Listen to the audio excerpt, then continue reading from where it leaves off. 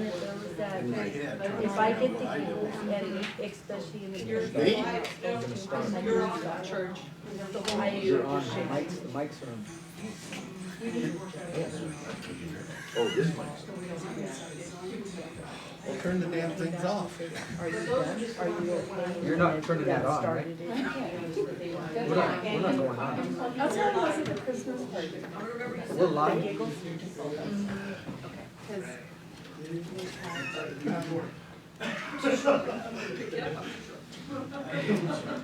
everybody got it. Oh, no, we can.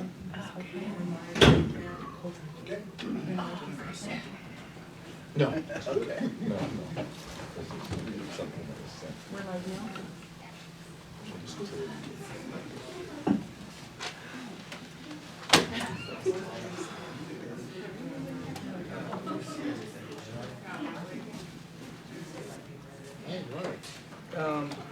Today is January 11th, 2024. The time is now 5:30 p.m. I'm going to call this work session to order. This is a work session, which means no official business will be done. There will be no votes, there will be no motions, anything like that done at this work session. It's going to have a town hall format, so we can talk back and forth with the people who are here this evening. I would ask nicely that if you are called on for an answer, that we keep it brief. I appreciate you all for being here and your time, but I do not want it to be a 10-minute answer session. So, with that said, the purpose of this for me is to just, we don't really have a lot of time together outside of the council to talk about what we'd like to see done, what kind of goals we want to do for the year, what our intentions are for the year. I don't think the mics are working, so. And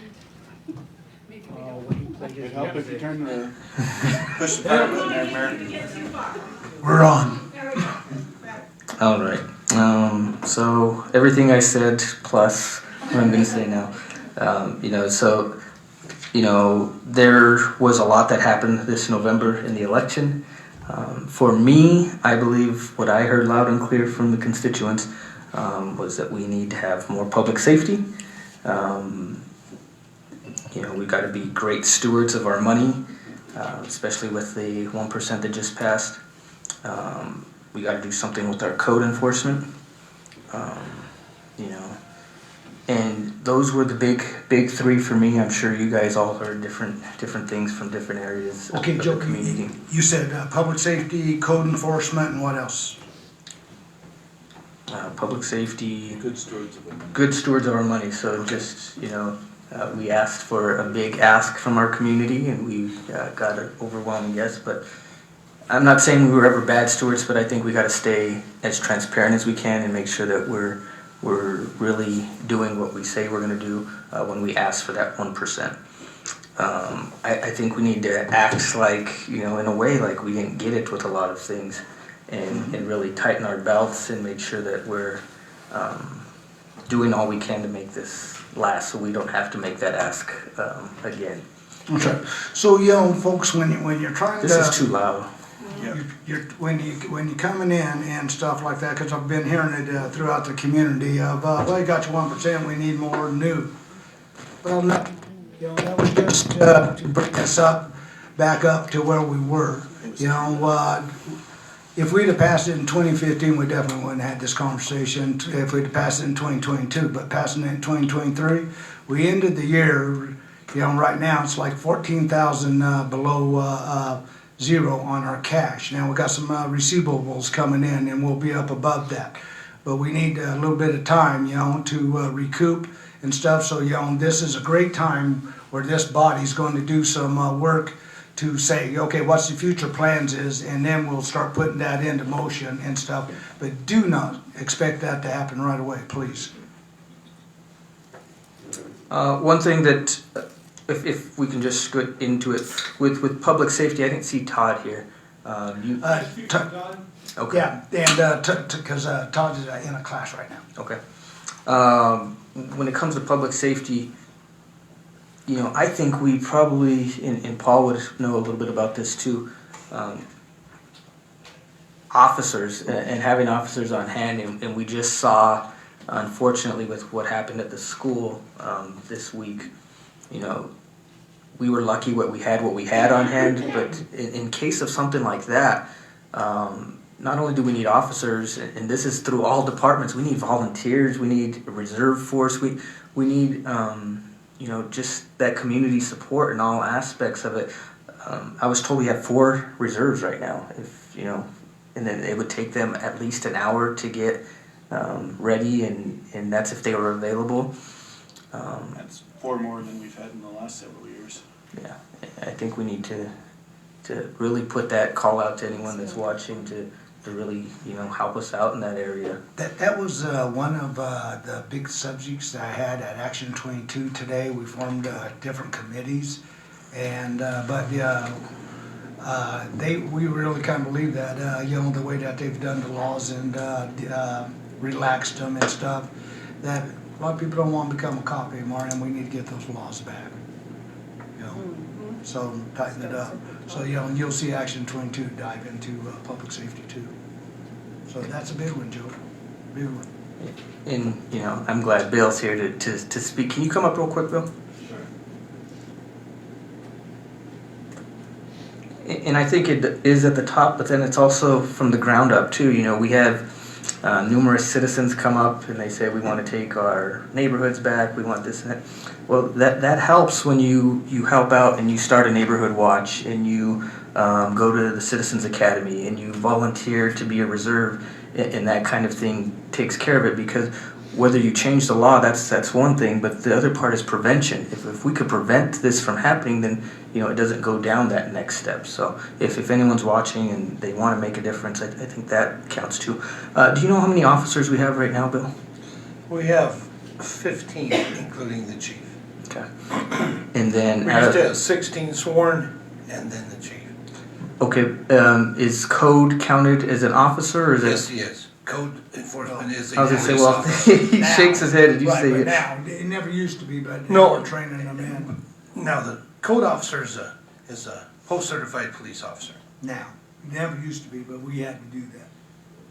Get them out on the street. Okay. And is that comparable to other communities our size? No, sir. No, sir. We're about 3 to 5 short of Lamar. Other communities, Trinidad, well, they have more. Raton has more. About 18 to 22, I think, is the numbers that Todd had told me.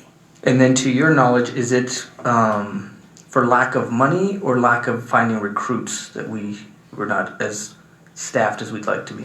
In the public safety realm, whether it's police or fire, it's hard to get good recruits that want to live in La Junta for the money that we can pay.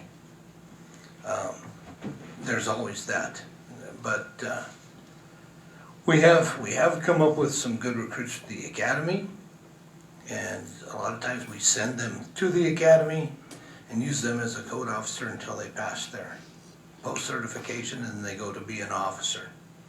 We also put out the call for anybody that's interested in becoming a reserve officer, because we run an academy.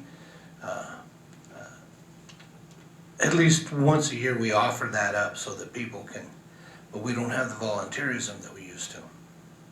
Most of those folks have aged out and don't do it anymore. I'm Yes, curious ma'am. about once we recruit people to be here, what is our retention like? Of those 16, how many, how long have most people been on the course? That depends. Younger folks, they'll train up. They may want to go back to where they came from, Pueblo or that type of thing. Some years we have 2 to 3 turnover. Other years it's more than that. But most of these folks that work for us have been here several years. Years ago, it used to be a real revolving door around here. And it's, since Todd's gotten in, it's been more stable. With the fire department, we have reserves, and you guys have volunteer firefighters. How many do you have on those? Right now I'm sitting at 17. Well, 17 on the list. 8 of them are really active. you know what I mean? Volunteerism across the United States it's on the downward spiral due to the fact that, the thinking out there, volunteering, people want a reimbursement for their time, which I can understand, things cost a lot of money. So that's across the United States in all areas, not just fire, fleet, or police, it's across the United States. But I have about 17 on the list, 8 to 10 are really active, my other ones I kinda have to prod along a little bit. Is there an academy like with the police, or how does that work? No, I don't run so much of an academy as kind of on the job. We kind of put them through a little bit of safety training at first, and then it's kind of as we train every Tuesday night, either EMS or fire. So we kind of just go along with that. What would you like to have? Volunteer wise or full time wise? Volunteer wise first. Volunteer wise, you know, when I first got on in 1992, we had 35 to 40 volunteers. But again, different age of people, different type of society at that time. If I could have another, you know, 5 to 10 would be really ideal for us. But again, having people wanting to give up time, getting called out from their families, you know, getting all that stuff. A lot of people they're not crazy like I am and want to run into a fire. They would rather stand out and watch, but it takes a lot of time. And a lot of people are so busy with families anymore, it's hard to juggle. And we're putting in $15,000 roughly to each volunteer by the time we do equipment, radio, training, and when we put that much time into them and they don't get the time back, that's where we're having the struggle of how long do we ask these people to keep trying this? Because we got to keep training to keep their skills up and keep them safe. I want them to go home at the end of every call.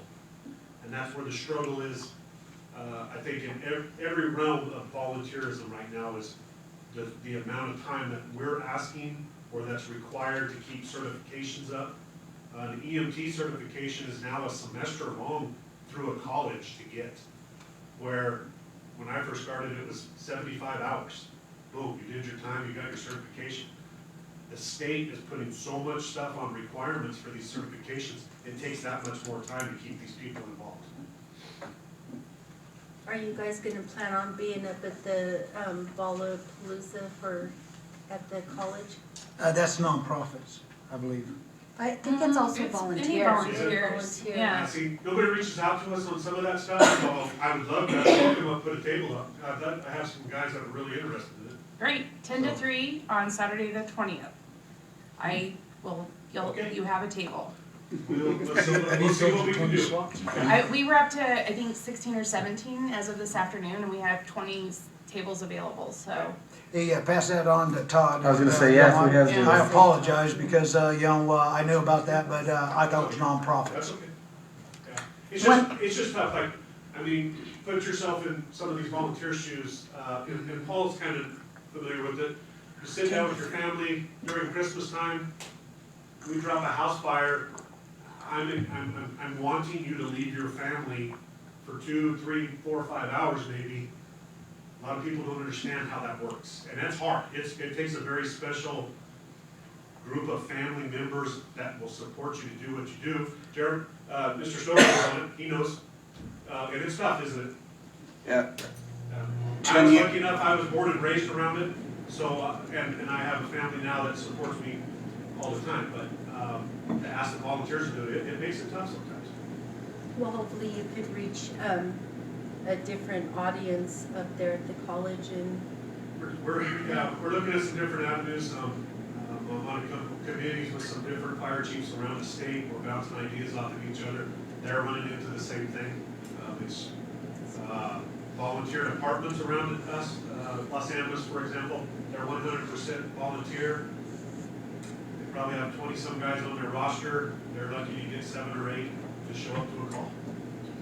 So it's volunteer. It's volunteer, right, yeah. A lot of them have jobs that they don't work in their communities anymore either, so that takes time away as well. At the beginning of my career, when I'd respond to a crash, especially if it was a serious injury crash, everybody's more volunteers than we knew what to do with out there, and there'd be vehicles that we'd have to contend with after the fact when they'd all transport to the hospital. By the end of my career, there was an incident in another county where before they could roll a second ambulance, they had to wait on the driver. This is an injury crash. So, It's just changed all the way around. and a lot of the volunteers wore dual hats. Yes. You might see them at a fight in the fire one time, at an accident scene performing first aid, and then they might be in a reserve uniform or a posse uniform guarding a prisoner or somebody at the hospital. So not only they were double dipping, I guess, but with no benefit other than being of service to their community. So the community benefited 100%, and it was all sacrifice on their part. And I think that's the biggest word is sacrifice. You know? It does take a lot of sacrifice, especially volunteers, the training, the reserves. To be able to carry a gun and be able to go out with an officer, that takes quite a bit of training, and you have to go out and put in your hours. Those are requirements, because there's a huge liability on the force of the city if they don't meet that criteria. Same way with the firemen. They have to have that training so that they're able to participate. And that takes a lot. When you get off work or on the weekends, you gotta say, okay, I'm gonna come to work at the police department for 2 nights of my weekend.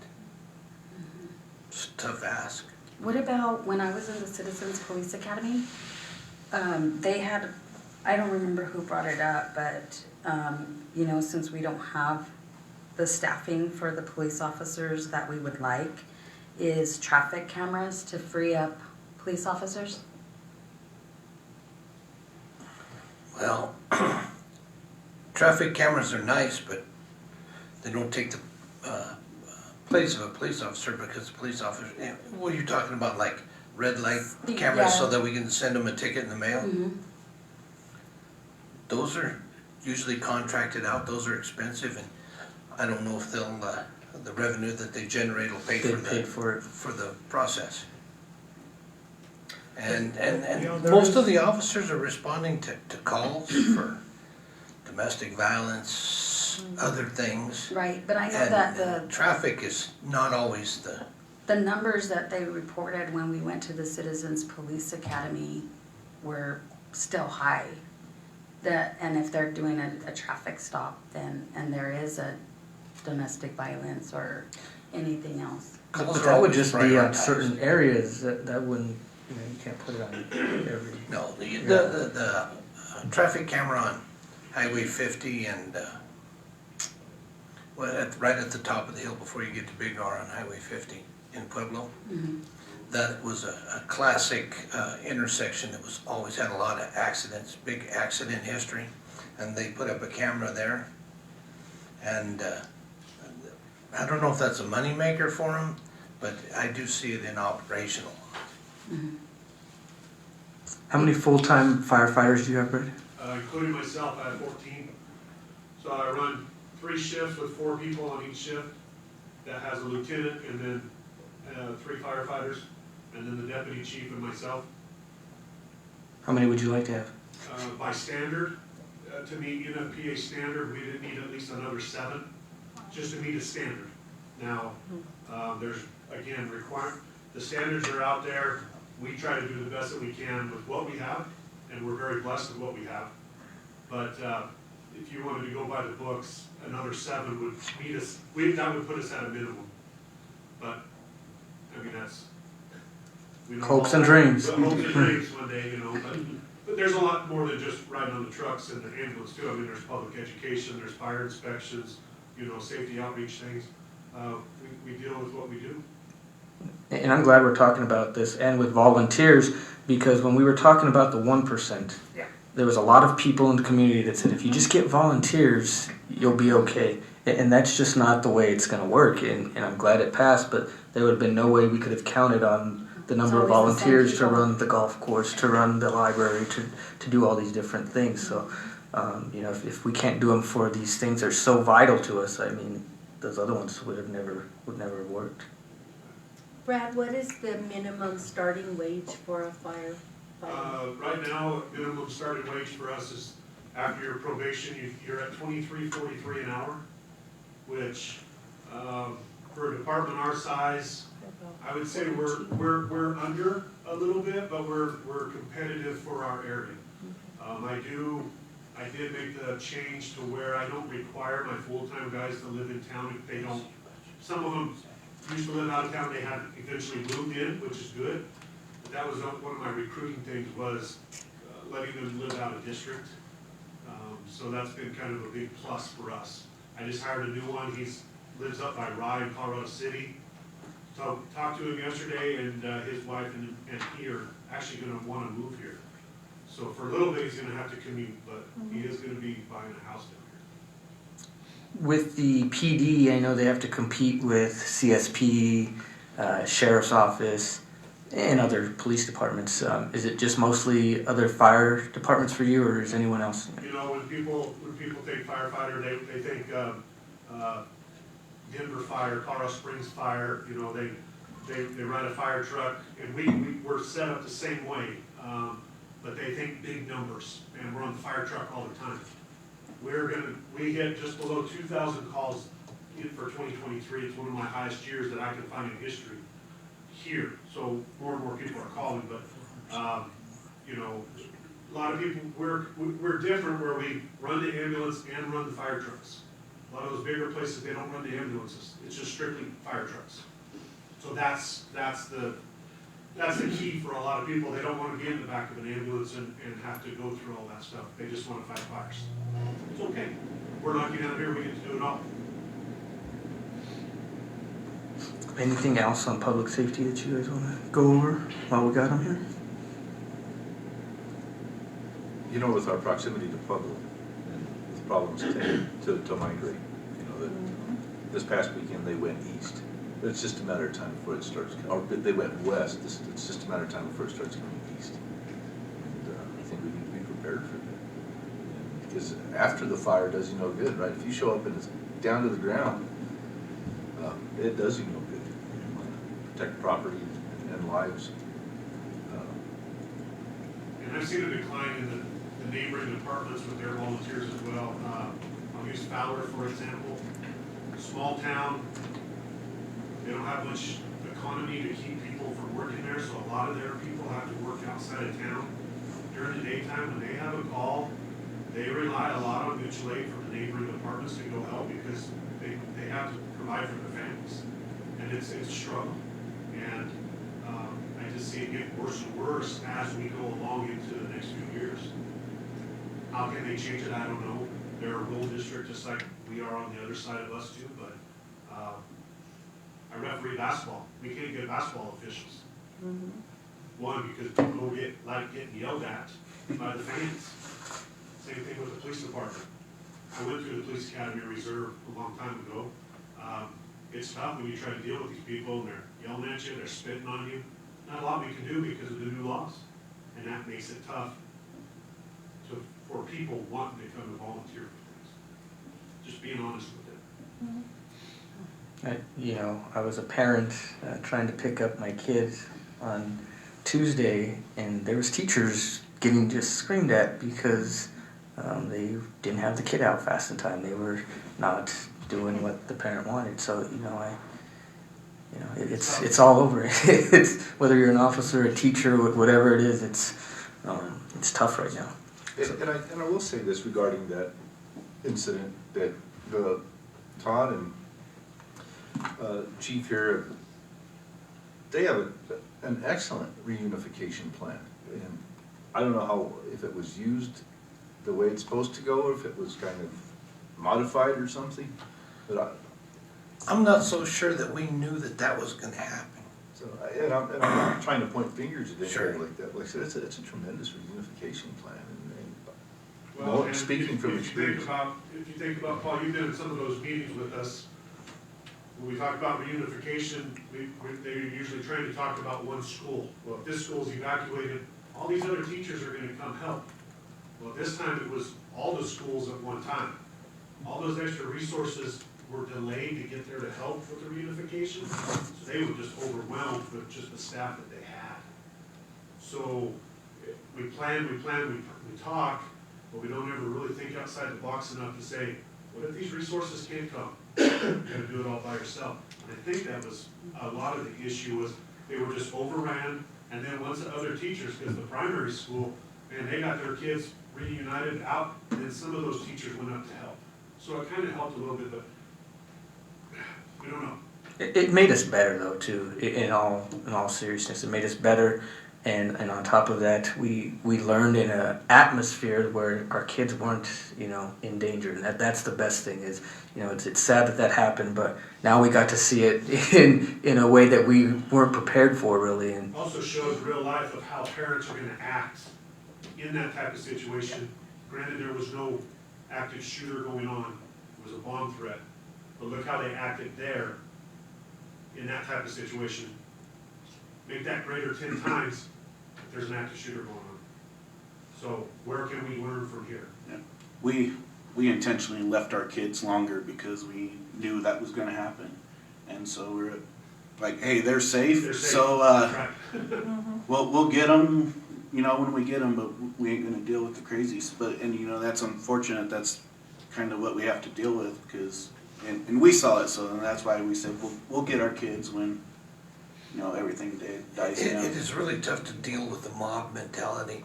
There's parents in line, following the rules, and as soon as they sit down, then others mob the front and we're demanding, I think that, there's always a silver lining in every cloud.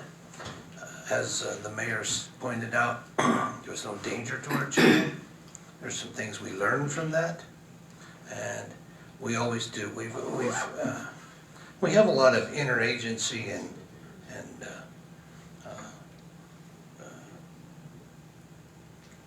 communication and agreements. We holler for folks when we need them. Active shooters, the CSP and the SO come with us just immediately. And they respond to the scene. They act as a team. They train together for that. This is one of those things. It was unfortunate. I think it was just Huge learning thing. yeah, it's just life.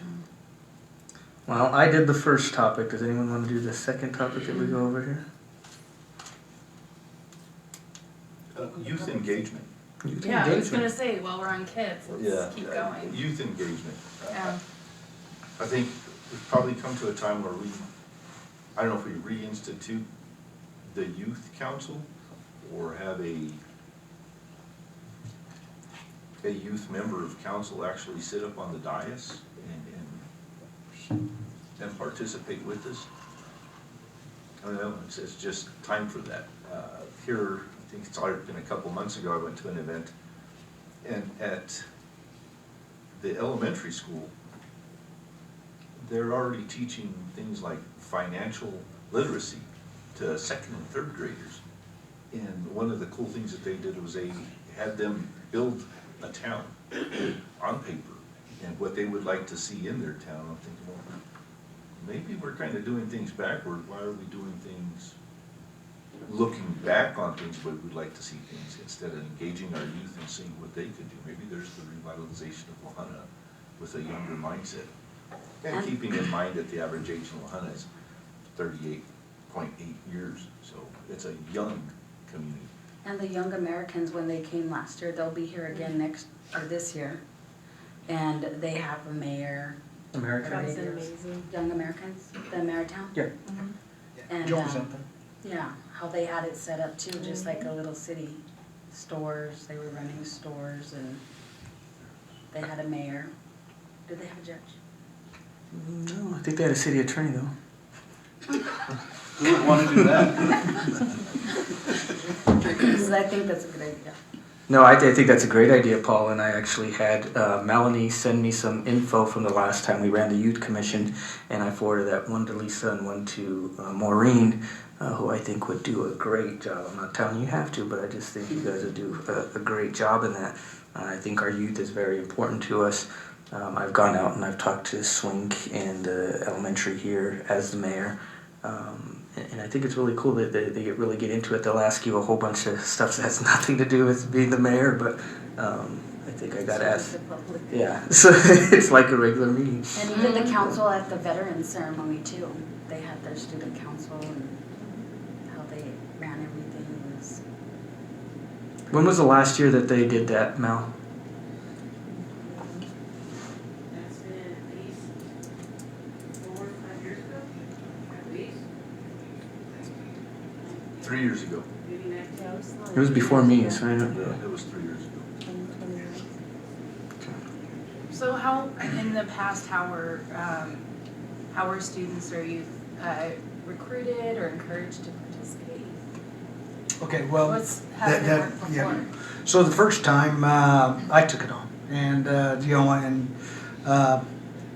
had a great group of kids, and we were doing summer splash, This high school? like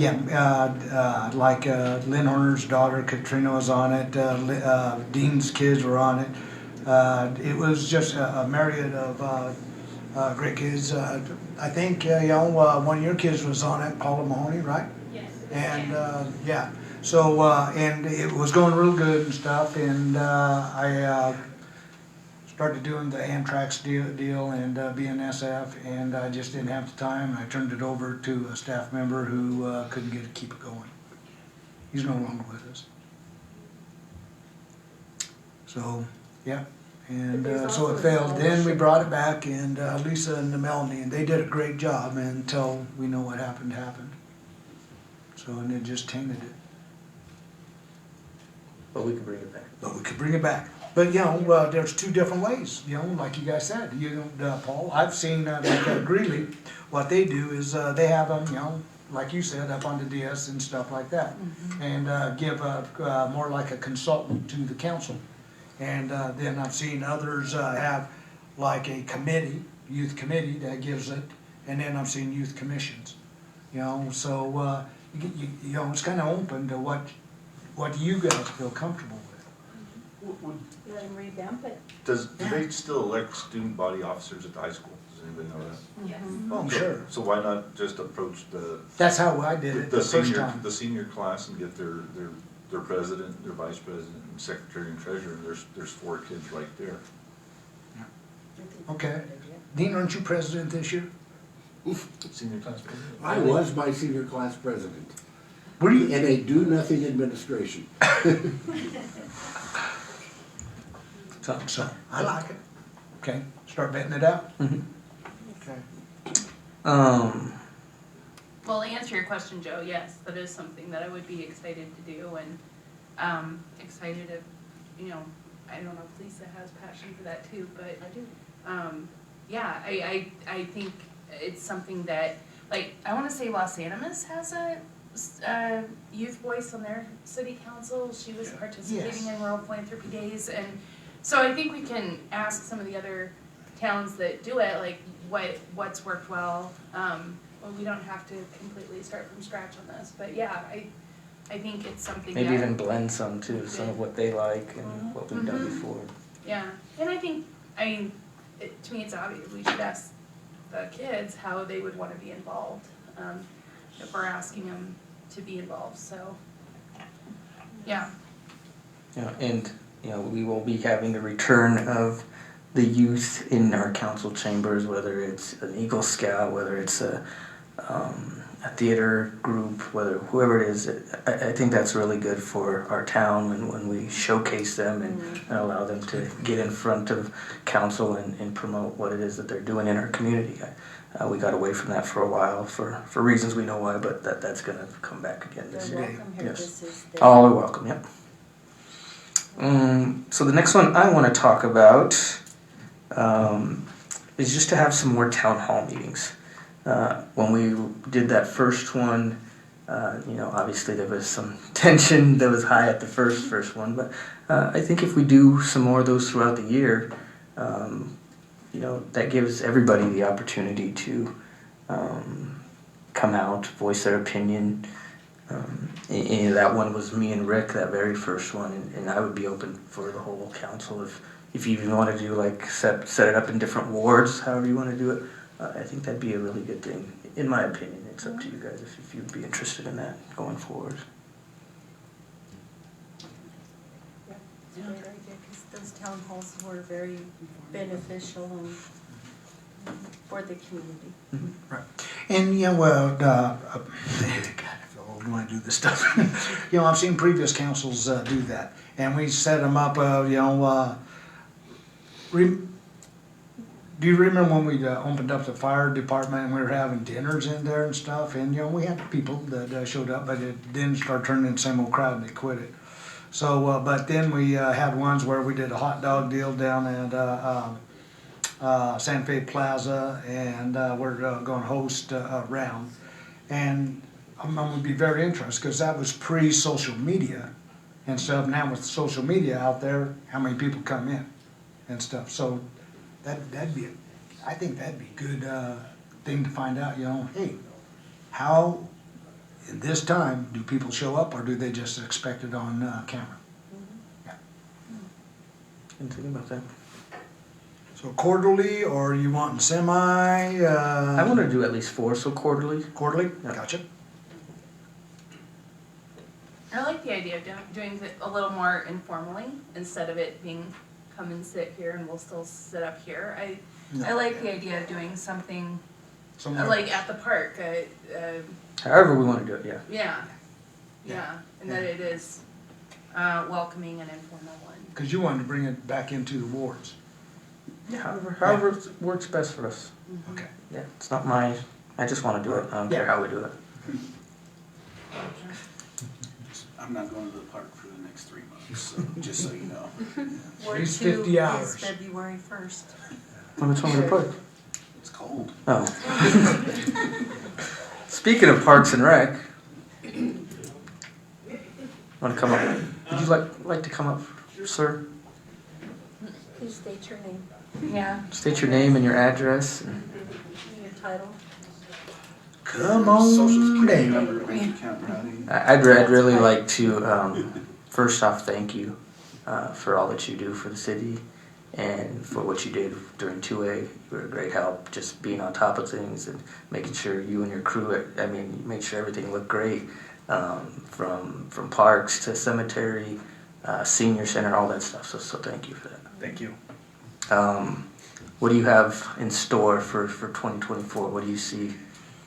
Well, I mean, we've got no capital projects this year, obviously, so a lot of that's going to be maintained, what we've got at this point, and then a lot of it's going to be learning how we're going to take care of our new park and our new trail. We've got a new parks foreman at this point. We're going to see how that all works out. So, like I said, as for big projects, there's none planned for this year, but it'll be working to maintain what we can with the staff that we do have. And working on changing out the vegetation along the trail. Maureen had something? Well, yeah. Do you use volunteer coaches for all the sports teams, or Yes. would you like a table at Ballapalooza? Sure, we can do Okay. that. We're always looking for volunteers. Okay, because it just seems like that would round out really well, kind of. And I only have like one table left, so. Yeah, she's trying to pack up her tables up here. I'm filling them up. Yeah, it seems like everybody I know here has volunteered, coached a team, and I think that's one of the things that makes Lahana really cool. So I will send you an email and let you know what we're looking at. Okay. So. Yeah, we're always Sorry to volunteer you on a Saturday, I'll but be I think Rufus. it's a good He's not volunteering anything. Yeah. We'll be there. Okay. Rob, are you fully staffed?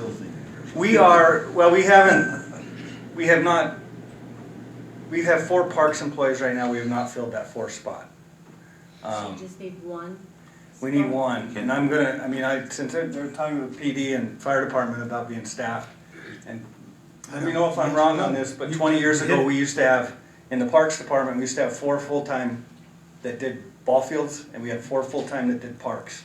And we have 4 full-time right now, and we've added, we're getting ready to take over, well, we've taken over a 3-acre park that we've got to figure stuff on. We are severely understaffed in our parks department. So what do you feel like would be a comfort level for your department?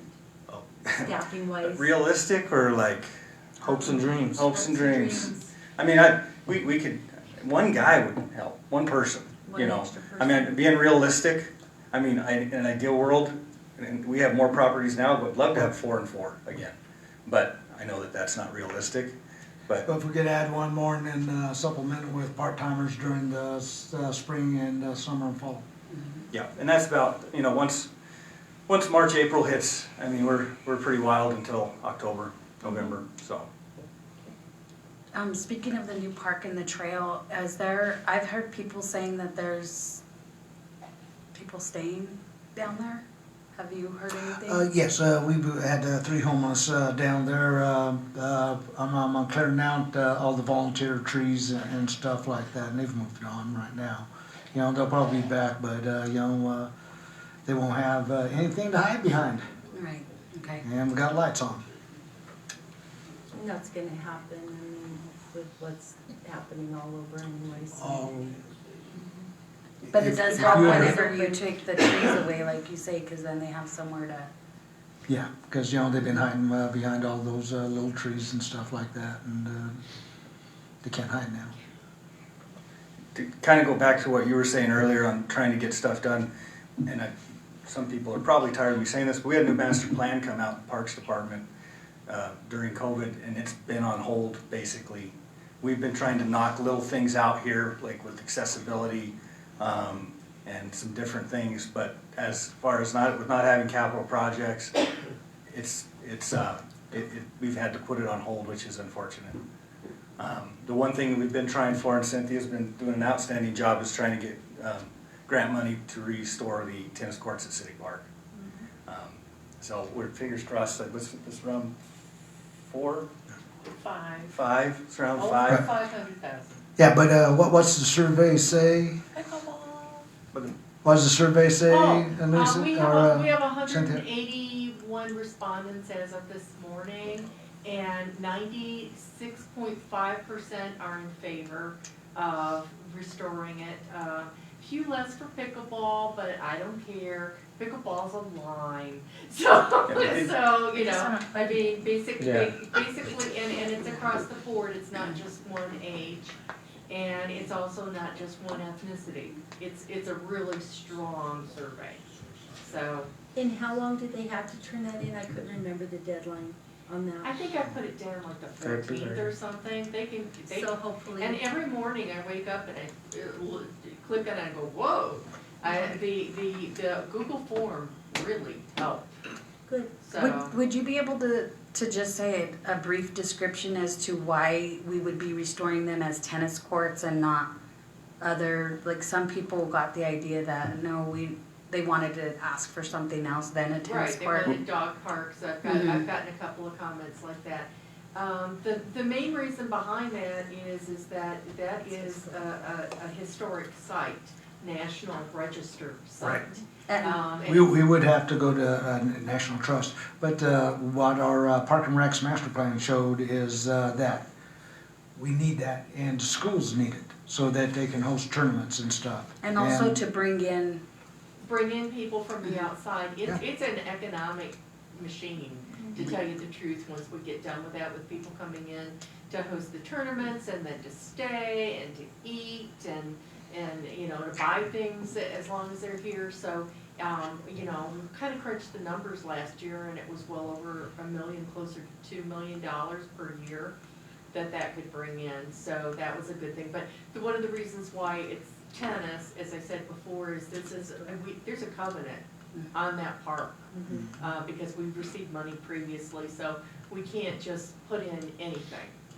I just wanted you to say that, so, because I know on social media it doesn't say anything like that, and they just think we're just doing it just to do it. Well, it's really interesting, because he mentioned that plan, and it talks about it in the plan, that it's listed, and it has been listed since 2006. I think that, it's really interesting. There's a lot of history out there, that's the first place that I gravitate to figure out what's the history of this and how long it's been and who do I need to talk to about if we do want to change something. And I don't one more job. But I do think it would be good to talk about some of the history of these things. Yeah, and I thought everybody was on board because it was vetted back, when did you do the plan, 2020? I was right in the middle. 2021, I think it went into. It was 20, yeah. 21, it went into effect. It went into effect, Yeah. so there was lots of discussion about it, it's just that. Tennis showed up more in our master plan than I would have ever imagined, It was huge, so. yeah, and it's like, we want it fixed now. And there's a huge call for pickleball, but that's, most places now are doing tennis, Pretty standard. pickleball hybrids, Broadmoor. Our 3 courts up at College Overlook have pickleball lines on. So we added when we resurfaced that court up there. You know, so, and tennis court's huge. I mean, the city park is really about 3 things away from being where we can get into just a maintenance mode. You know, the tennis court, the caretaker house that's there, and then our irrigation system. But, I mean, we're really close on city park to having it where we can just maintain it. And what we'll probably do is after we get the tennis courts, switch over and get the irrigation system in. Because once we redo the caretakers, we have to tear down that little garage. And that garage will be needed by the contractor to put a new sprinkler system in. And that sprinkler system, I think the same one that I saw back in the 70s. When was it put in? For me. Just a few years. Just a few years. Yeah. Well, and I'm all for having the tennis courts refurbished and getting it back to where it was in a hybrid model. But one of the questions I get is, how long? How long since it's been so many, at least 5 failed attempts to get them done? How long are we, because they're just getting worse. And when you drive past City Park, it's a beautiful park. And that's one of the first comments I get, man, you have such a beautiful park. What's up with those tennis courts? And then we have people from out of town come, and other people that we've hosted for other events. And I say, that's a beautiful park. What's up with those tennis courts? And I tell them, they said, the money's not there, why don't you do something else with it? I said, we can't. And they can't believe that we would get into something like that. And they said, there's nothing that historical that can't be changed. And that's what they're saying. That's when she That's needs not to. true. But no, yeah, I mean, that whole park is historical, but you know, And the it wall. looks historic. Right, That's and the problem. wall. You want it to be historic, but you don't want to look historical. And those park, it looks like the very first person to ever play tennis played on that park. And then nobody else showed up. Actually, that's true for that park. Yeah. Because it was My built- kids played on it until they shut it They were built in down. 1938, and they have not, there's been a slip that's been put on it, but they have not been replaced since 1938. I feel like I wanna cheer those little tennis courts on for lasting that long, you know, and it really, people just stopped playing on them circa 2008. Yeah. And one of the reasons why it hasn't been replaced, it's not real, you heard me pitch. Yeah, I did. Actually, You- I you pitched were and working pitched hard. and pitched and pitched. And I can tell you, the one place that I applied was Save America's Treasures. Again, it's a historic grant, okay, with the National Park Service. We haven't been kicked out yet, so I guess we're okay. And then I've also talked to the State Historical Fund. Now, each one of them would be about $250,000, okay? Because that's the other thing. Tennis courts aren't sexy. They're not new. You know what I'm saying? Sure. They're flat surfaces. There's not much to maintenance once you get them done. But I mean, trying to talk somebody into this is interesting. Okay, do you know what I'm saying? That we really need to move forward. And I've spent a lot of time on the phone saying, am I moving in the right direction with how I'm arguing this? Knock on wood, I've got one other option if somebody falls through. But And I've seen you work hard for them. And the response is, well, that's not really what we're into, but. I don't know. So We'll see what happens. So if you get a Never- grant, It's never over until they say no. That's right. if you get a grant, how soon do you expect that it would get moving? I would say it's probably because it's 2 different grants. I've already turned in one. I did that on December 19th. Okay? The second one is not due till April. And it's going to take them grants. People don't understand grants. They think you just turn it in and it's like getting a lottery ticket. That's not how it goes. It goes through a review process. So they're probably not going to come up with their decision until August, September. But the good news is that putting in a, tennis court isn't like building a house, all right? They rip it out, but we also have archaeologists there on site who are making sure that there's not any archaeological remains of any type that we would need to record and all the rest of it. There's a whole bunch to this. But I would say 3 weeks. Yeah, you'd still have to get on the list with whoever was your contractor to do it. And they're only gonna do it certain times of the year. So once that starts, yeah, 3 weeks is what they But said. this would be in the fall, I mean, the late summer, and I would hope that they would be very happy that we were finally going to pull the trigger on this. I would hope so. I would Yeah. hope so. Thank you. Before I let you go, and before we get off on just park stuff, swimming pool. Okay, What do you see for the swimming pool coming this year? going back to normal, going back to what we've done, schedule-wise, amount of days-wise, we had to cut down quite a bit last year.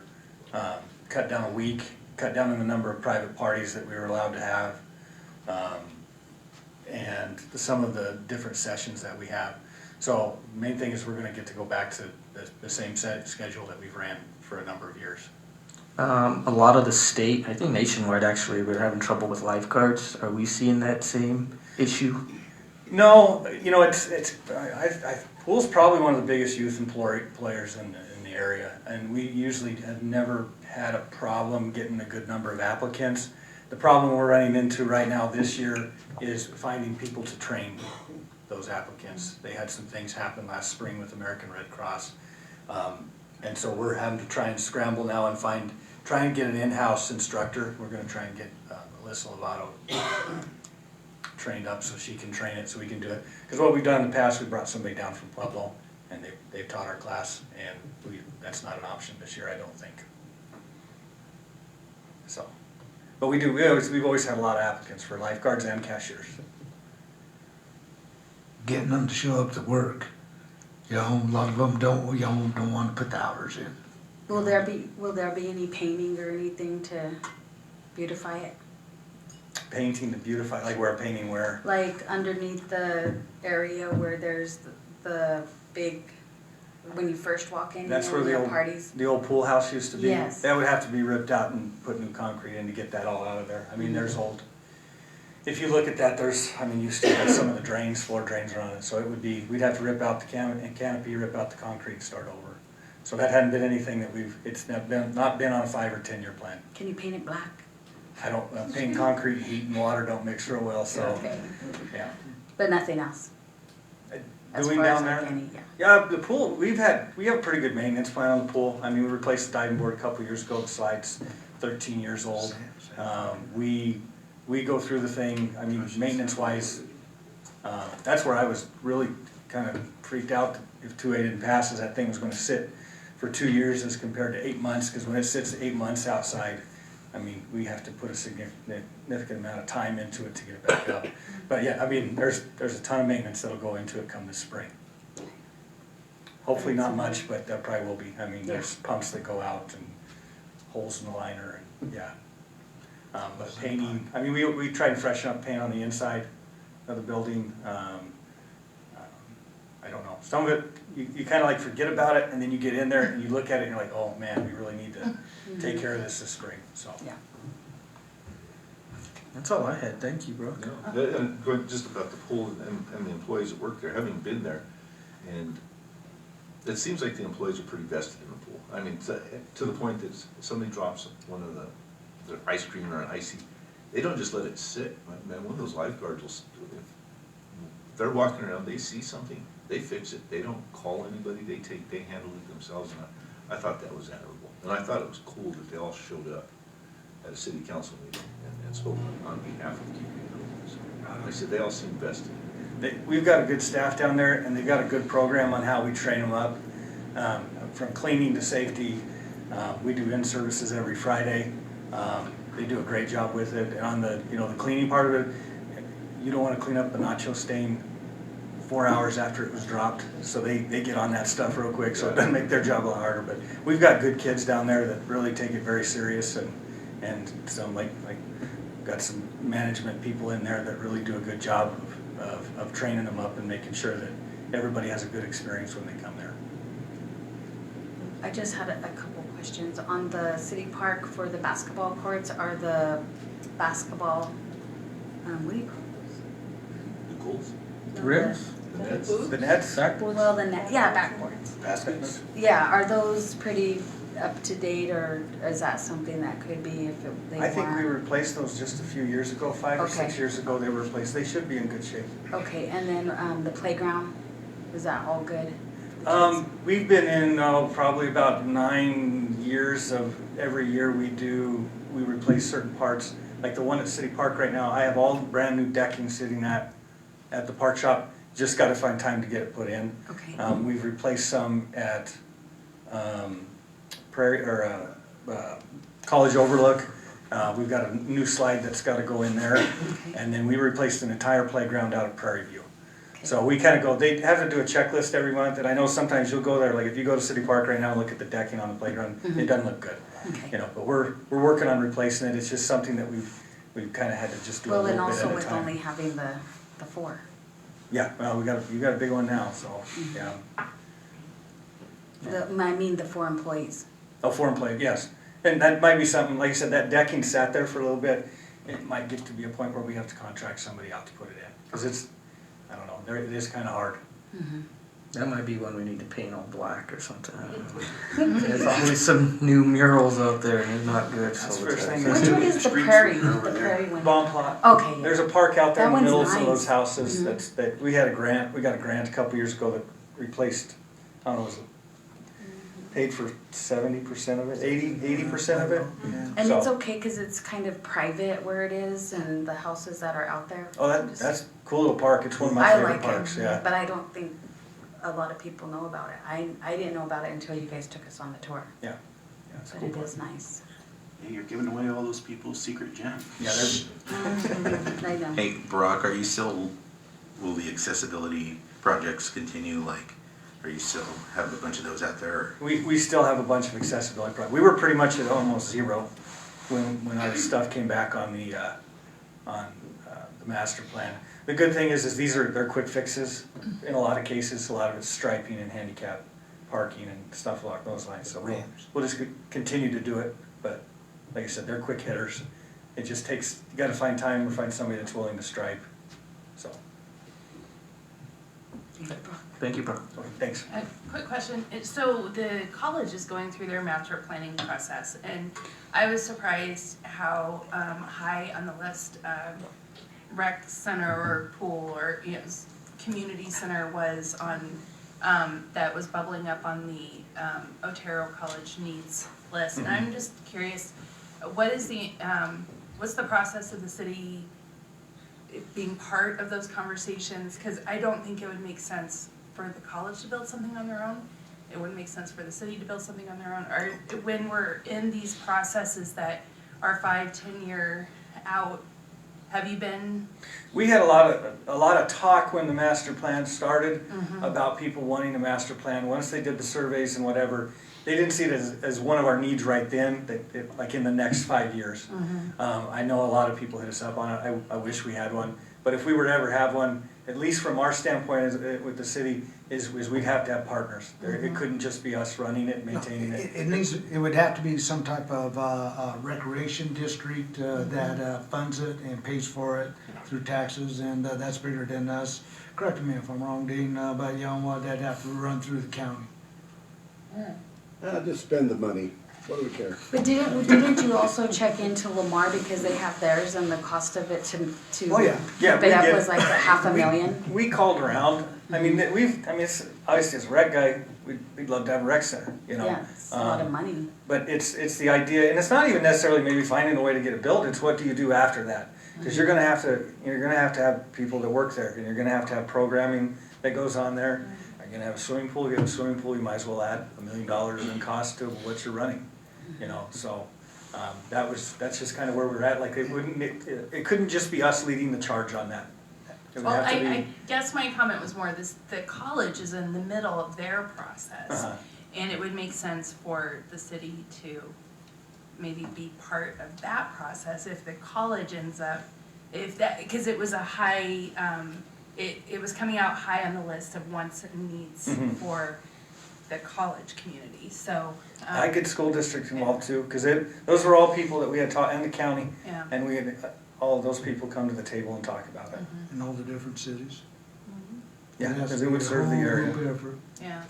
That goes back, people wanting like a YMCA or rec centers clear back to the early 2000s, probably even prior to that, but I remember with the chamber and stuff, that a lot of people would come there and that's what they're wanting. You know, for the old Gibson's building, tear it down and put a rec center, they think it's that easy. Yeah, I'd have to go back and look, but the cost alone, Montrose just put a new one up, and I won't try and even guess, but it was a high amount of money. I mean, it's a beautiful rec center, but yeah, the cost was high. And there you go with all the different partners and towns and school districts. Well, the county has one, and, you know, it's set up as a rec district and stuff, and I know they've been struggling, and they got a lot of people. Just for clarification, Mr. Maloff was joking on his comments. Take it back. Take it back. It's only money. Can't take it.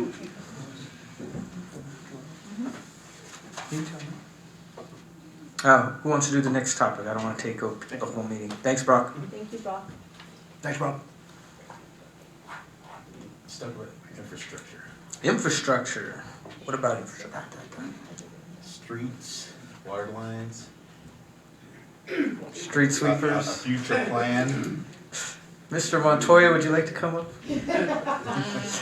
Well, I know, I kept buying a bunch of Powerball tickets to get that $1 billion, because I was on redo the water system and put our streets into concrete, but it didn't happen. Well, I know we're looking for some money out there in those, from the government, but I just, you know, we're. And then David, on that right now, because that was one of our talks at Action 22, we're seeing them change the rules on Build Back Better. And some of the cities are trying to capture back some of those funds for them and stuff, so we got to be on the tune to stop them. Hello, sir. Hi. So what do you want to talk about?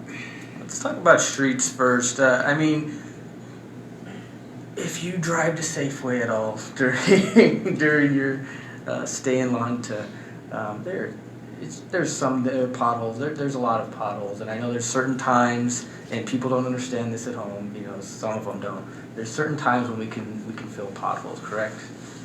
Well, yeah, I mean, you got temperature-wise, and then throughout the year, whenever they are running asphalt, you have to, in order for them to run asphalt, you have to order at least 75 tons, or unless you get it on Thursday, where they'll run any amount you want.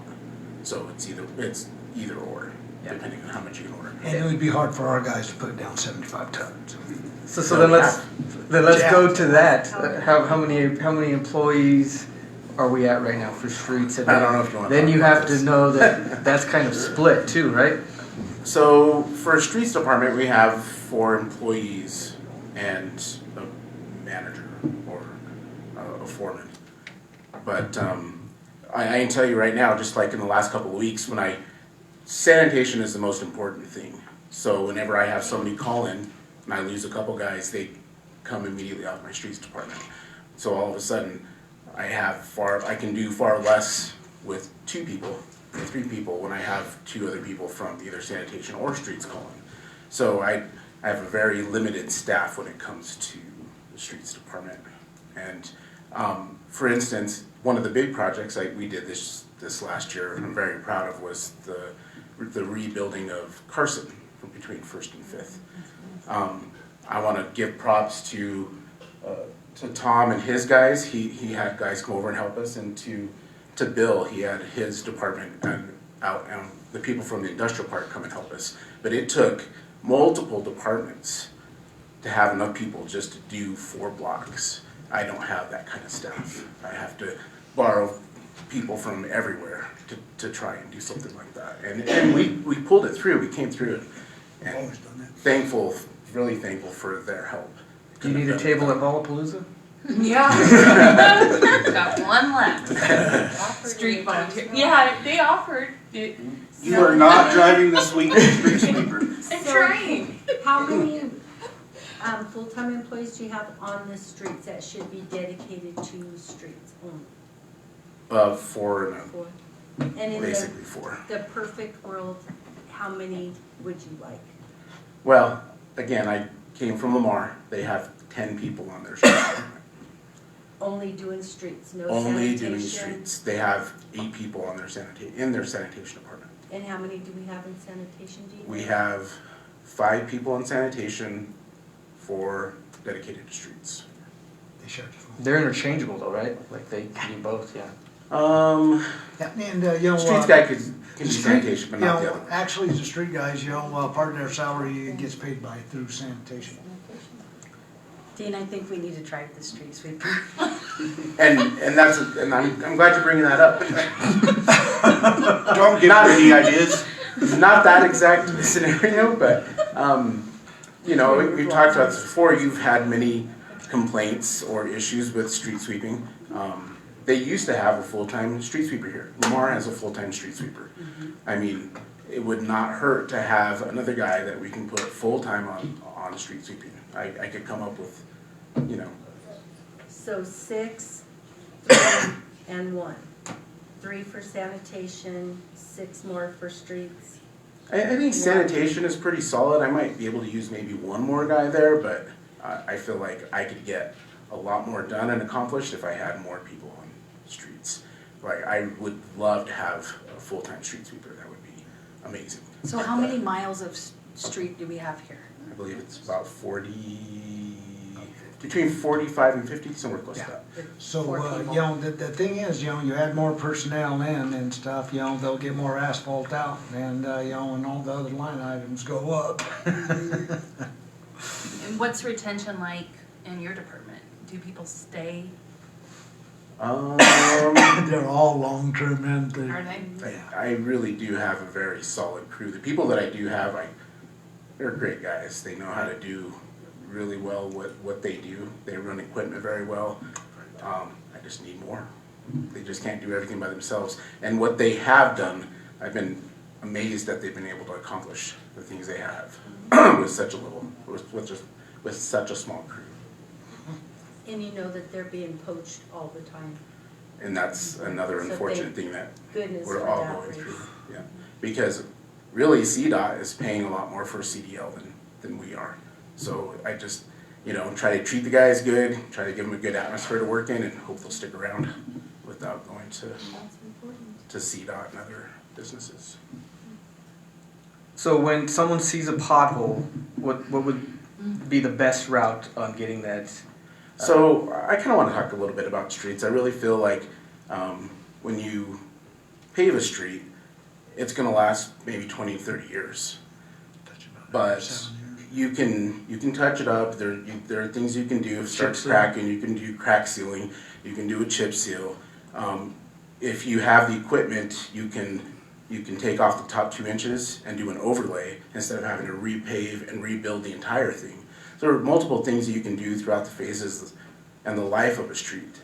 But I really feel like we're at a point where potholes are just a fact of life here. And until we start rebuilding these streets, which we did this year, or last year, you're gonna have that same problem, always.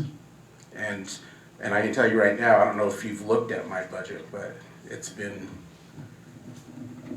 Don't look at me! It's been cut. So when I first started, last year in June, I had, that budget had over $430,000. Because pandemic, and we pumped it up from 250 before pre-pandemic, and we did some projects, the downtown project, where we rehabbed the whole downtown. You know, the South Bradish from 14th Street South. Those, you're gonna have to build a ramp, because that's the only way you're gonna get over some of those. It's issues. bad. Yeah, it So is bad. every street from basically Adams to, I would say, Grace or Lewis, on the south side of 14th Street has that same issue. So we're well aware of it. I'm well aware of it. I'm trying to come up with a solution for that exact problem, and I don't believe it's just tearing that street out and rebuilding it. I think there's other solutions, but it takes time, and I need people. And we've done, I think, a lot with those people that we have. And money. And money. And that's a big thing is, so like I was saying, 430,000, and I'm sure it was due to extra money they had, but now this year I have 200,000 in that line item. And, one of the things, that we built this park. We did a lot on it, which took the guys away from some of the streets. They'll be back on that because we're done. Got a couple of more items, and boy, I was so impressed today when I see all the riprap and they pour it on the north side of Fifth. Yeah, it's coming together pretty fast, that trail. But that South Bash, that's been like that for a long time. It's only getting worse. I realize it takes time, money, asphalt, manpower. One of the comments they made, there was an earthquake in Japan, not recently. And one of the comments I had to say, great, that's how our street looks all the time. It doesn't take an earthquake for our streets to look like whatever. We have the same thing on Daniels, between our 4th Street between Daniels and Kenilworth. Over the years, since even when I was city engineer, I tore it out, re-put asphalt in, crack filled it and stuff, and you go back there today and they came right back. And but you look at your curb line, it's true, doesn't spread or anything, but something, I don't know if it was the asphalt mix they used way back then or what, but man, there are just certain streets that just pops those open like that. And Paul, we film, and then 2 years later, you couldn't even tell we'd been there. Yeah, they're like 6 inches wide. Yeah. They're wide, yeah. We've talked about, because over on Grace, we got the really big ones. And a lot of that could stem from the way the street was built. I don't know. Yeah. I don't know what base was used. I don't know how it was built, and maybe it was built improperly. I honestly don't know. I haven't been here long enough And I think they to know that. And, But if you build on a sandier surface, it could pull apart in multiple areas. I've seen it happen in Lamar as well, and they don't have a solution for it. But Is this sand? yeah, it could be sandy. Another thing I just real quick want to talk about is, as you're bringing this up, another big problem issue area that we're having is Colony Road, to where we had put in the budget as a capital project last year. Due to budget constraints, we had to remove that. But we were fully prepared, and we had already had quotes done by multiple places to have that done in concrete. Yeah. But because we don't have the money to do that, we pulled that from the budget last year, and it's definitely not in the budget this year. So, because we got to get to the point where you don't want to just keep going back on the same holes, and that Conley intersection and stuff, when they put in that light, CDOT messed it up. And been trying to get CDOT kind of own up on some of that, but they don't, and they don't have it in a plan either. So. On a positive note though, a couple of weeks ago I was coming down Santa Fe, and at 5th and Santa Fe, the stop sign, there was a pothole there. And I went to the store or the gym or whatever, and coming back it was already filled. So we don't just there are drive around and see pollen. Oh well, we'll get to that eventually. We definitely try to do what we can. Even in the winter, I want to say a couple of weeks ago, where we don't have asphalt, we have another material that we can use that is temporary. But we had guys out there in the cold put it now on cold patch, so that we're still trying to deal with those issues even in the middle of December. Right. But. No, I think with roads, with the water pipes, with our power lines, we have an aging infrastructure. And aged, seasoned. And continue. And we need to be mindful of that as a community, that it's not just, negligence, it's where we're at. And all these things cost money, which is why I say, how do we generate money as a city? We can't take it from tourism.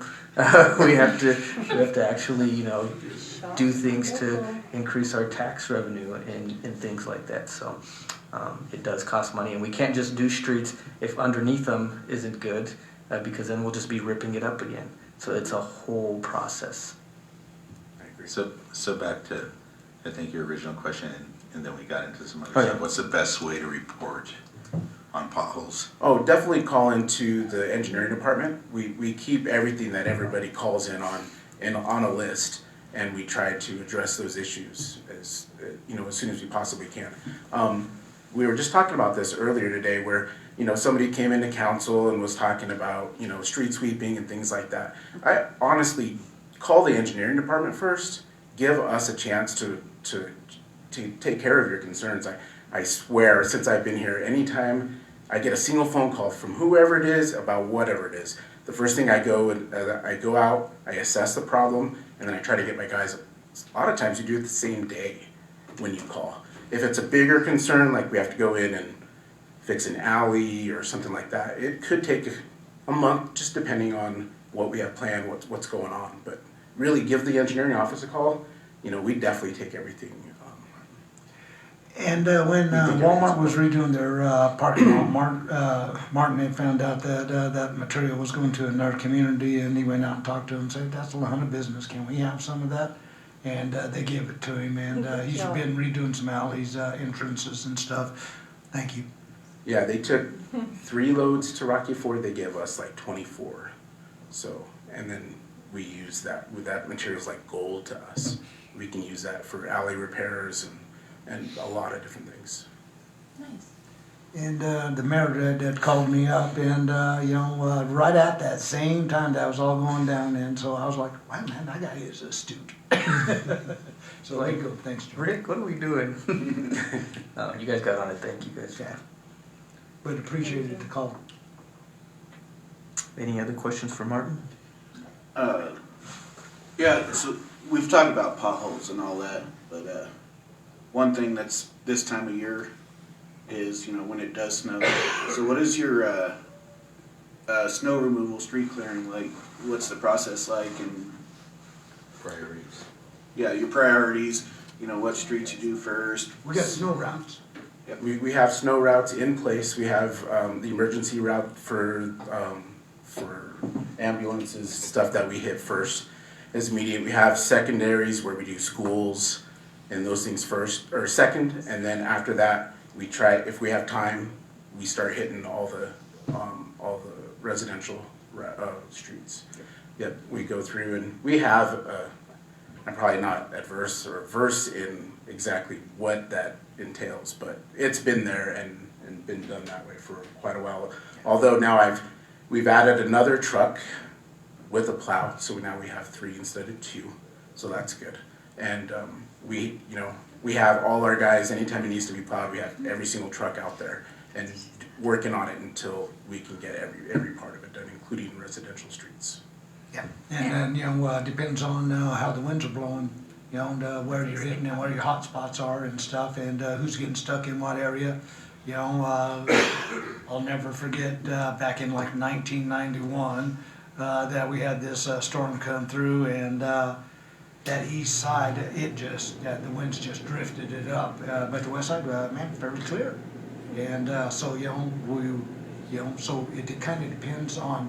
Once we get done with snow routes, because you got to take care of your emergency routes first to get everybody around and do that.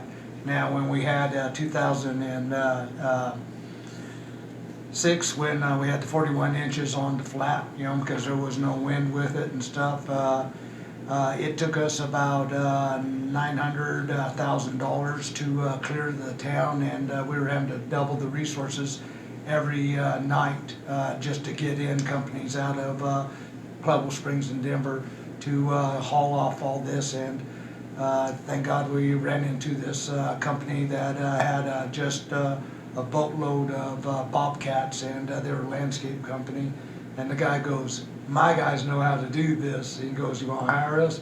And it was probably the best decision we made during that time, because they came in with that team and just started clearing streets. Yeah, but a lot of us socked in for about 3 months. I think a lot of our businesses that have downtown on the north side of their buildings, you always see ice buildup And I don't know what can be Urban, done. Colorado. Yeah. Well, and what's your route whenever? Froco Soyo always has it like in front of theirs too. Yeah, and then you have to, if you have short legs, your whole leg goes in there. I don't know about that, No, so that's what I was gonna ask you. Show us. You know, Joe. So like whenever you have your routes that you go on, when you clear the downtown area, is that done, you know, when it's not open for business? Because I know like what he's talking about too, how it's like up against there. Are the cars in the way? Cause sometimes it's pushed all the way over there or it's all the way built up in the front, just like. Well, definitely cars can be, you know, an issue whenever we're trying to take care of the downtown area. Whenever the snow's coming down is when we go out. It doesn't matter what time it is. We're out there at 1 o'clock in the morning if we need to be, and we'll be out there until, and if we have to be out there the entire time until the next day, we'll be out there doing that. We have shifts, we'll run shifts, but it just depends on what's in the way, and we can't move vehicles. Yeah. So we just do what we can, but you're right, and I notice even right now on 3rd Street, on the south side of the street, between Colorado and Santa Fe, there's still snow there, there's still ice there, and obviously a big part of that is because of the shadow and the sun being unable to hit it, but. Well, what are you gonna do? I don't. Come on, Martin. Move the sun. Move the sun. Yeah, move the building Torch out there, flame for a little bit, but. Do the streets have a flamethrower? Chandra and Lisa volunteered to use it. To use a flamethrower? Yeah. Biggest number one priority. Move out the way. Top of your list as priorities as far as. I feel like, and I'm new here, so I'm not necessarily maybe in the same frame of mind as everybody else that works here, including the city manager, but I feel like street replacement, in my opinion, is the number one thing. You don't have to replace half the town in a year. You just do piece by piece, and then you just keep working on it. And then the pieces that you replace won't have to replace another 20, 30 years while you continue to replace more and more. I really feel like that'll be a solution to the pothole issue, in my opinion. Shop local, so we have money. I feel like that's a big problem. While I'm talking to you, I am going to say that we do have plans to work on that issue on those streets this year. And I don't think that'll be extremely expensive. It's about developing a plan. And I think I have a plan that I hope will work, but we're gonna work on it. So it's not like we know it, we're just not mindful of it, but we are. We'll work on it, hopefully this spring. Appreciate your answer. I'm good. I thought you were gonna say, keep Rick happy, but. Well, that's second. Okay. Thank you, Mark. I see Heather out there, and I do want to talk about the library, so if you come up to the front, Heather. Now, don't steal my city manager's comments, because I only had one on you. Yeah, you do. In addition to Brock, I want to thank you and your staff for everything you guys did for 2A. You guys did a great job, and I can't say enough thanks for everything you guys did, so thank you for that. Absolutely. I have amazing staff.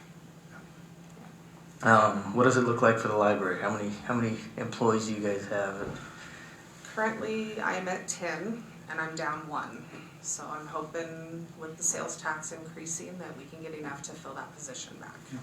Down full-time, part-time. 5 full-time and 5 part-time. And I'm down 1 full-time position right now. And the hours that are weekly? We are open 9 to 6, Monday through Friday, and we are starting Saturdays 9 to 4 this Saturday. We're bringing There those goes back. my report. Sorry, Rick. Rather hear from her. So, and my staff is actually excited to bring Saturdays back, so it wasn't about them. So, And the part-time employees, what time do they, what are their hours, or how do you rotate them in? they get 25 hours a week, and so we split them up. We have a morning shift, a mid shift, and an evening shift that they rotate through. What about your ability to keep people, has your staff been there a long time? Yes, Is it a desirable place to work? I just hired my first person since 5 years ago, so. Wow, I have a very lengthy staff that stays. well done. Yes. Yeah, Most of the cities like that, yeah, you know, just too bad we're all aging. yeah. Season. Don't say a word. Season. Season. What did it look like, I would say, without the Saturdays? Do you think that's gonna change a lot? What do you see with that Saturday coming back? It gives people that work during the week that aren't able to come in an opportunity to be able to come in and use our resources, our computers, our meeting rooms, things like that. It has just, people have been overwhelmingly excited about that, so. Has the library thought of any ways, it's hard for a library, I want people to know this, it's hard for a library to generate income and We money. don't. We don't, we cost way more than we bring in. And have we thought of any ways to maybe generate income? Anything that could help out, you know? We are open to suggestions. I think that patio area could be the increased in the rent. How much do you rent it for? $20. That's cheap. Yeah, we need to raise that. But they can only use it when we're open. We don't rent it when we're not open. Which even on a Saturday, someone can have a birthday party or a bridal shower. And I just say that because we had a lot of town hall meetings where they're like, they could sell T-shirts and they could do, it's like, that's a lot of T-shirts. We sell That's- T-shirts for Lahana Tourism. Yeah. We sell tarantula shirts there, but that all money goes to the tourism, so. And there's your community building at the library. Yeah. That's what it's turned into. Yeah, that's true. A lot happens at the library. And so the patio area, you rent it for 20, and then that one area where The meeting room how much is does? 20 also. Yeah. I think those could be increased. 20 a day or 20 an hour? 20 per use. So if somebody comes in and wants it for 4 hours, it's $20. We didn't used to charge for them, so that was new. And we do not charge nonprofit. So anybody that is on nonprofit status does not pay to utilize. And I think that's fair. I think that's fair. That's most But libraries if across somebody the- wants to have a birthday party or anything like that, I think that could be slightly higher. I'm not saying charge them a lot, but 50, 75. Does the library utilize any volunteers? We do have a few volunteers, yeah, but we, with the budget cuts lately, we don't have as many books to buy, so we don't have as much work there for that piece of it to cover and do all the processing of the new stuff. So we've kind of scaled back volunteers right now till we can really build stuff back up. I have enough staff to cover everything and keep everything going. So I actually declined being at the I wasn't gonna Ballapalooza. say it, they were on the I was original close. There's one more list. thing. Yeah. I asked for another year. I wasn't gonna I think you tell could just get a city table and have Rick sit there and say, this department needs help, this department needs help. Well, I'll be showing up. I'm gonna give a little talk at the beginning of it. Right? Do you want to? No, that's something else. No, you asked me at the radio station. Oh, yeah. Oh my God! Yeah, Okay, I'm not coming. Yeah. No, yeah, that's right. He's invited himself. Yeah. You and Cindy. She had a Cynthia? different city manager in mind. You stated that the library costs more than what it brings in, but you bring so much more Right. Yeah. to the community. What we offer is nothing else in the city can provide, so That's right. definitely. Do you remember the numbers of how many people walked through the doors last year? I wanna say it's over 50,000. It was Wow. And that's 52,910, I think it was. I always like to ask questions. Pre-COVID, it was over 100,000, so Wow. I'm hoping bringing our Saturdays back will increase and we'll start to see more and more. Definitely, I think 2A helped us. We've seen an increase in usage of the library, so I definitely think that put us out in the spotlight with a lot more people and stuff, so And what you offer. we have a lot.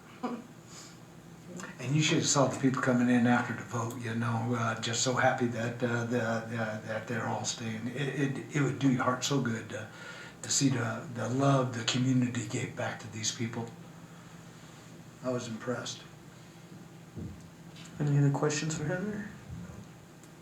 What would be your main goal for this year, Heather?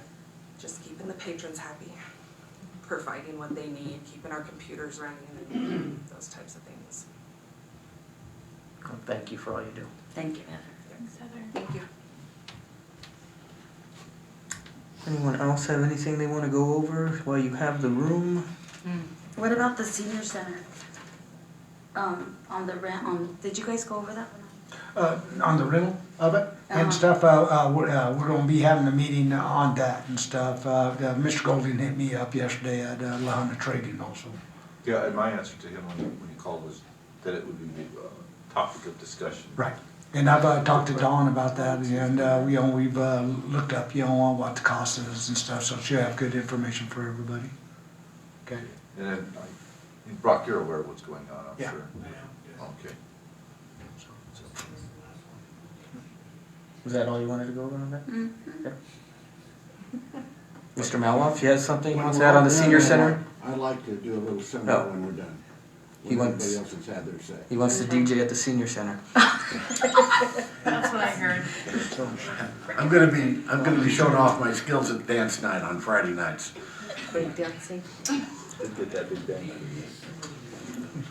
I have a general question. It came up a couple times about the seasoned employees. And I'm just wondering if there's already plans in place. I'm glad we have such longevity in our employees and that they want to work for the city. And I'm just wondering how we,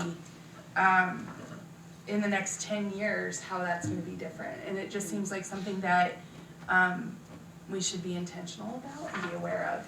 A succession. A succession plan, yeah. I think we have amazing leadership in lots of corners of the city, so just us being aware that it takes intentionality to keep that strong, so. That's gonna be for every business going forward. Is that a thought that they should be planning on? What do we have in place now, Rick? What's that? What do we have in place now? As far as? Succession planning. Depends on the, the department and stuff, but, like within the crews, we're always training up and stuff like that, trying to bring people on. And, Bill's done a great job with, his departments, now if you look at it, it's pretty young. We got a pretty young police department. We have apprentice programs, Mm-hmm. lineman apprentice programs. We have equipment operator programs. Our people are long life. Some crews have been with me for 28 years. They're young. Some of them are young. They're ready to take the next step. When the old guys retire out, the young ones are ready. I think we have a real good a team of folks that can take over. We're always trying to groom the next generation. And things change and the younger folks bring a fresh perspective and are willing to and wanting to learn the system. Thank you. What about for the higher ups, like you and Rick? Are you gonna work forever? I'll work till I die probably, but we have plans. We have people in place that we can bring up.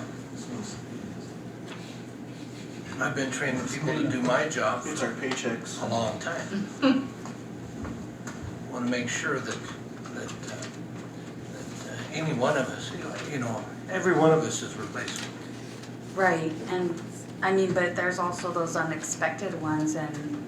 Yes, we ma'am. have We one just had one. recently. We just and had one. So what's the plan in his, That's been taken care of, we've contracted out. Our IT needs are being met. and all of the things that we need we are providing for. I'm actually the head of the IT department. It's one of the departments that I run, and we're okay. I swear I did not ask that question, expecting such a dramatic, Yeah, I gotta get down here because Yeah. somebody else is gonna talk. I feel like, yeah. That was the perfect segue for Mr. Klein right here. What? I love you guys. It's time. I'm aging out. You know, when I had my vacation this last time, after a week, I'm usually ready to come back. At the end of 2 weeks, I knew that I need to relax. You know, when I first started my vacation, I could maybe sit down for 30 seconds without having to get up and go somewhere. So I started hitting the trails. And I got up to 15 minutes. Now, that may not sound like a lot to you guys, but that's a lifetime to me to sit down and relax. You know, I found myself with not a shake at the end of it. I've had long talks with Paul about getting out before you can't walk anymore. You know, I've listened to the stories of people traveling and seeing people not being able to get around because they waited too long to retire and stuff. It's nothing but I am ready.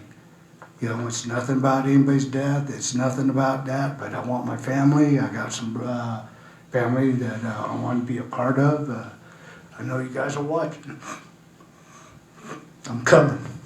So please don't stop me because it's my time. I hate it. I wish I was 47 so I could give you more years. But I do got some goals after the city that I want, and they're health goals. And I'm ready to be outside. And as you can see, you know, and Joe, I wish I could read that letter, but I can't. Want me to? Do it, please. Don't cry. I'll try not to. Not laugh. From City Manager Rick Klein. Dear Council, it has been my honor to have represented the City of La Junta. The time has come where I am ready to retire from the city, and that date is February 29th, 2024. As a career, I couldn't have asked for a better one. I felt fortunate to have been a part of a lot of different projects that impacted the city. I enjoyed great employees, councils, and boards over the 34 years with the city. I have served as city manager since 1999. While I will miss municipal government and my municipal family, I hope I made a difference. I love La Junta. I look forward to our city's future. See you on the trails, Rick Klein. Thank you.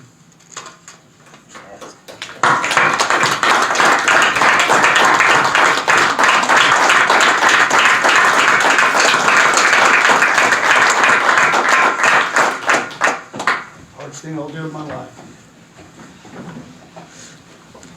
There are plenty of green chairs out there though, so just. Oh, don't think you won't see me. You know, the best person out there is going to be your informed citizen. So, you know, I'm not ever going to leave La Junta. I'm going to die in this town. You know, that's the way my family is. You know, kind of hit me hard thinking that it's the last of my brothers. Yeah. You know, my family's been trying to do good for this town for a lot of years. You have. And I just And want we will continue. I want to tell you because I know you have a lot of heart. And I know that you could run like you're 47, maybe 37. I've seen you run. And you have made a big difference. Thank you. We all say you're the cheerleader for La Junta. Thank you. And I'm going to die here too. So Thank I know that your family has done a lot.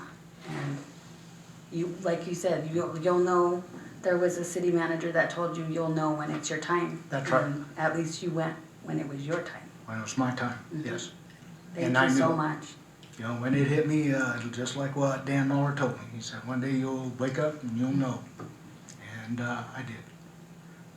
I appreciate everything everybody's done. And I appreciate the citizens. We appreciate everything. And I appreciate my staff. I've had such a good run with you guys. You know, the employees, you know, most of you brought you on. Never paid back. Thank you Thank so you. much. Give me a hug. Are you gonna be at the Brick and Tall Park? Guaranteed. Rick. That's the trailer. Welcome to Life 2.0. Thank you. Want to go to Vegas with Where us? do you think you're going? Huh? Clearing out now? Yeah, we're gonna I'm gonna be leave. sitting here crying. It's not the 29th already. Yeah, it's tears of joy. I know. You know, okay, everybody, look up Michael Fronte, F-R-A-N-T-I, and Not look up again. Brighter Day. I did. Yeah, I did.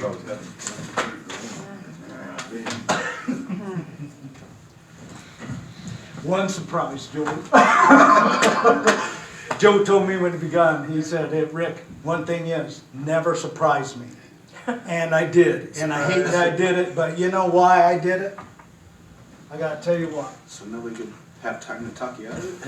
No, I did it because, waited till the end of the meeting, because if I did this at the first meeting, we wouldn't have had a meeting. Right. You know, just because Rick Klein leaves doesn't mean the city stops. You know, we're looking for that brighter day. And we're going to see that brighter day. And there'll be ups and downs. But never quit trying. Yeah. And volunteerism. I loved volunteerism. I loved doing stress ball, getting it going. I loved doing mud sport. I